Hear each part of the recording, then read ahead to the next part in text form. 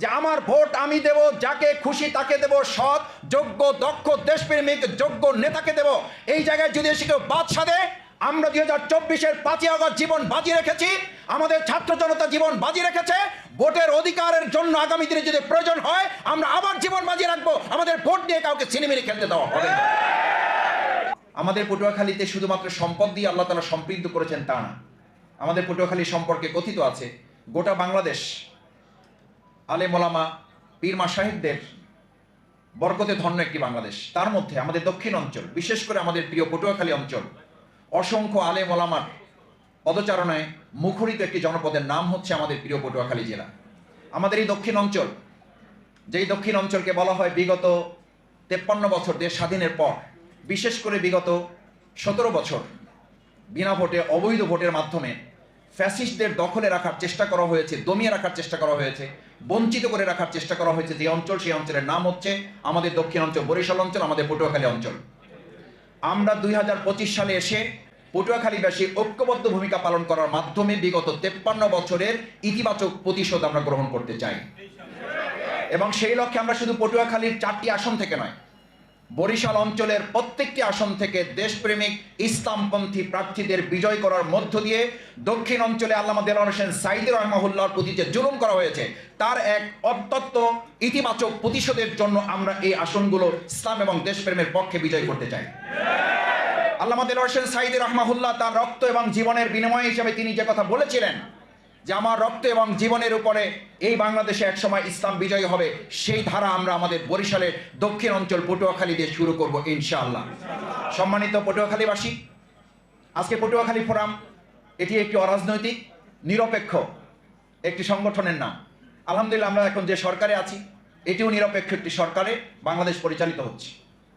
আমরা এই সরকারের কাছে নিরপেক্ষ এই অরাজনৈতিক প্ল্যাটফর্ম থেকে আমরা এই প্রত্যাশা ব্যক্ত করতে চাই, বিগত 17 বছর যারা ভোট দিতে পারে নাই তারা যেন আগামী দিনের জাতীয় সংসদ নির্বাচনে ভোট প্রদান করতে পারে, তার জন্য বিচারের কাজ সম্পন্ন করতে হবে, তার জন্য সংস্কারের কাজ সম্পন্ন করতে হবে, তার জন্য একই সাথে বিচারের জন্য দৃশ্যমান আমাদের সামনে কিছু বিষয় তুলে নিয়ে আসতে হবে, তার জন্য অবৈধ অস্ত্র উদ্ধার করার কাজ সম্পন্ন করতে হবে, কালো টাকা উদ্ধারের কাজ সম্পন্ন করতে হবে, অবৈধ অস্ত্রগুলো উদ্ধার করে একটা সুষ্ঠু অংশগ্রহণমূলক নির্বাচনের পরিবেশ তৈরি করা হয়েছে তা জনগণকে নিশ্চিত করতে হবে।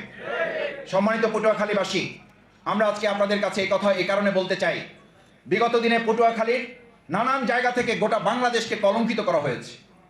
সারা বাংলাদেশে বিভিন্ন জায়গায় তো সিল মারা হয়েছে, দিনের ভোট রাতে করা হয়েছে, কিন্তু আমাদের পটুয়াখালীর এমনও আসন আমরা বিগত দিনগুলোতে সোশ্যাল মিডিয়া এখনো পাওয়া যায় সেখানে ভোটের কাজ শুরু করা ছাড়াই সেখানে প্রার্থীকে বিজয়ী ঘোষণা করে দেওয়া হয়েছে।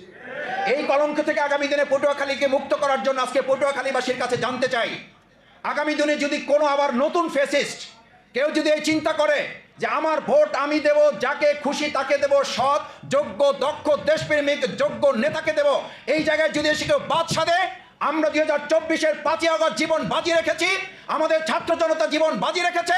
ভোটের অধিকারের জন্য আগামী দিনে যদি প্রয়োজন হয় আমরা আবার জীবন বাজি রাখবো। আমাদের ভোট দিয়ে কাউকে ছিনিমিনি খেলতে দেওয়া হবে না।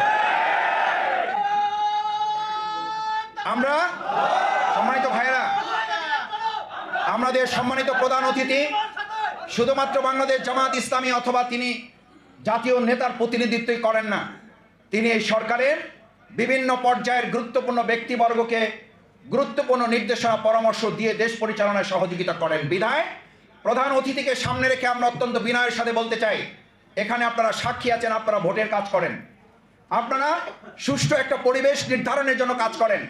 আপনাদের কাছে কি এই তথ্য আছে না নাই যে এখনো আমরা যখন সাধারণ নাগরিকের কাছে আমাদের কথা তুলে ধরি তখন তারা এখন এই শঙ্কা প্রকাশ করে যে ভোট তো আমরা আপনাদেরকে দেব, কিন্তু ভোট যথাযথভাবে গণনা করে সুষ্ঠু নির্বাচন দিতে পারবেন কিনা আমরা এখনো গ্রামে গঞ্জে তা নিশ্চিত করতে পারি নাই।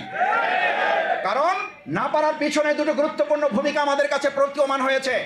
বিগত সময় রাজনৈতিক দলের পরিচয় দিয়ে কেউ কেউ দখলদারিত্ব, চাঁদাবাজ এবং সন্ত্রাসী কর্মকাণ্ড করত, এখন পরিচয় ছাড়াই বিভিন্ন গ্রুপে বিভক্ত হয়ে চাঁদাবাজ এবং সন্ত্রাস যে কোনো সময়ের তুলনায় কয়েক গুণ বৃদ্ধি পাওয়ার কারণে আমাদের সাধারণ নাগরিকদের মধ্যে এই উদ্বেগ এবং উৎকণ্ঠা প্রকাশ পেয়েছে।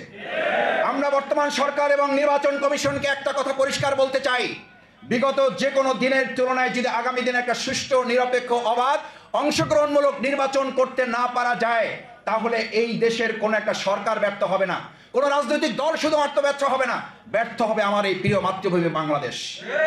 সুতরাং আমরা যারা এখানে উপস্থিত আছি, পটুয়াখালীস্থ ঢাকার বাসী, আমরা কি আমাদের বাংলাদেশকে ব্যর্থ হতে দিতে চাই? যদি না দিতে চাই, তাহলে আমরা বর্তমান অন্তর্বর্তীকালীন সরকার, নির্বাচন কমিশনে যারা গুরুত্বপূর্ণ দায়িত্ব পালন করছেন, আমরা তাদের সাথে সহযোগিতার ভিত্তিতে সুষ্ঠু, অবাধ, নিরপেক্ষ, অংশগ্রহণমূলক একটা নির্বাচনের মাধ্যমে আগামী দিনে জনগণের সরকার হবে।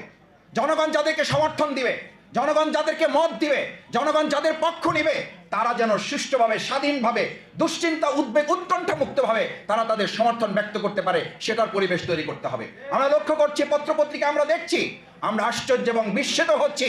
আমরা আজকে উদ্বেগের কথা এই কারণে জানাচ্ছি যে আজকে আমরা লক্ষ্য করছি যে কেউ কেউ এই কথা মনে করেন যে আমরা একটা সুষ্ঠু নির্বাচন করতে পারবো কিনা, এই কারণে কেউ কেউ পদত্যাগ করার মতো চিন্তা তার মধ্যে প্রকাশ পাচ্ছে।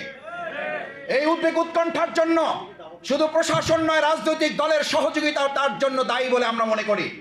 রাজনৈতিক দলগুলো যথাযথভাবে যদি এই বর্তমান সরকার নির্বাচন কমিশনকে সহযোগিতা করতে ব্যর্থ হয়, তাহলে ব্যর্থতার দায় শুধু প্রশাসন এবং নির্বাচন কমিশন নয়, রাজনৈতিক দল হিসেবে আমাদেরকে ব্যর্থতার দায় গ্রহণ করতে হবে। সেই জন্য আমি আশা করব রাজনৈতিক দলগুলো ঐক্যবদ্ধভাবে জনগণকে সাথে নিয়ে আগামী দিনে একটা সুষ্ঠু, সুন্দর, অবাধ এবং নিরপেক্ষ অংশগ্রহণমূলক নির্বাচন উপহার দেওয়ার জন্য আমাদের পটুয়াখালীবাসী আজকে এখানে যারা একত্রিত হয়েছেন, আমরা ভূমিকা পালন করব ইনশাআল্লাহ। সম্মানিত ভাই এবং বন্ধুগণ, আসুন আমাদের প্রিয় পটুয়াখালীর সবচেয়ে গুরুত্বপূর্ণ, আপনারা জানেন প্রায় 20 লক্ষ মানুষের দাবি আমাদের বগা সেতু। আলহামদুলিল্লাহ, আমরা উপদেষ্টা মহোদয়ের সাথে দেখা করেছি, তিনি আশ্বস্ত করেছেন আমাদের সেতু নির্মাণের কাজ সম্পন্ন হবে। আমরা তাকে কথা অনুরোধ করেছি, আমাদের সেতু ফার্স্ট প্রায়োরিটি, সেকেন্ড প্রায়োরিটি আমার কাছে জানতে চেয়েছেন। উনি বলেছেন সেকেন্ড প্রায়োরিটি কি? আমি বলেছি আমার সেকেন্ড এবং ফার্স্ট না, আমার সবগুলোই গুরুত্বপূর্ণ। আমার কুয়াকাটা পর্যন্ত 6 লেনের রাস্তা না করে দিলে এখানে প্রতিদিন দুর্ঘটনা ঘটছে, এবং আমাদের এই সেতু হওয়ার পর যে কার্যক্রমটি আমাদের পরিচালিত হওয়া দরকার, এটা বাধাগ্রস্ত হচ্ছে। আলহামদুলিল্লাহ, উনি এটাও নোট করে নিয়েছেন এবং আশা করছি কম সময়ের মধ্যে আমাদের পটুয়াখালী পর্যন্ত কার্যক্রম 6 লেনে পরিণত হবে। আমরা আগামী দিনে জনপ্রতিনিধিত্ব এমনভাবে নির্বাচন করতে চাই, শুধু রাস্তা, কালভার্ট আর ব্রিজ নয়, প্রত্যেক নাগরিকের অধিকার আমরা তাদের কাছে ফিরিয়ে দেব ইনশাআল্লাহ।